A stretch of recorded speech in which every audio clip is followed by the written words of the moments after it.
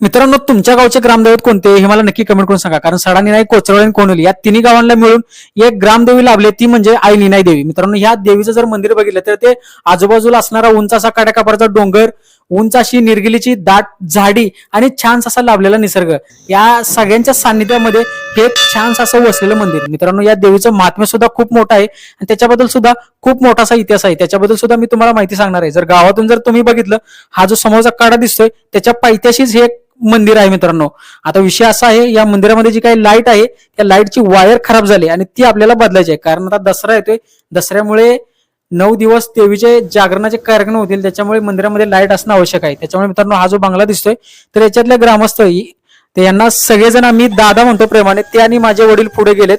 तर आता मी सुद्धा पाठीमागून निघालोय मित्रांनो. तर मित्रांनो, आजच्या पुरतं एवढंच. तर मित्रांनो, माझे व्हिडिओ तुम्हाला आवडत असतील ना तर आवर्जून लाईक करा, शेअर करा आणि मला फॉलो करायला विसरू नका. तर मित्रांनो, तुमचे पुन्हा एकदा मनापासून धन्यवाद.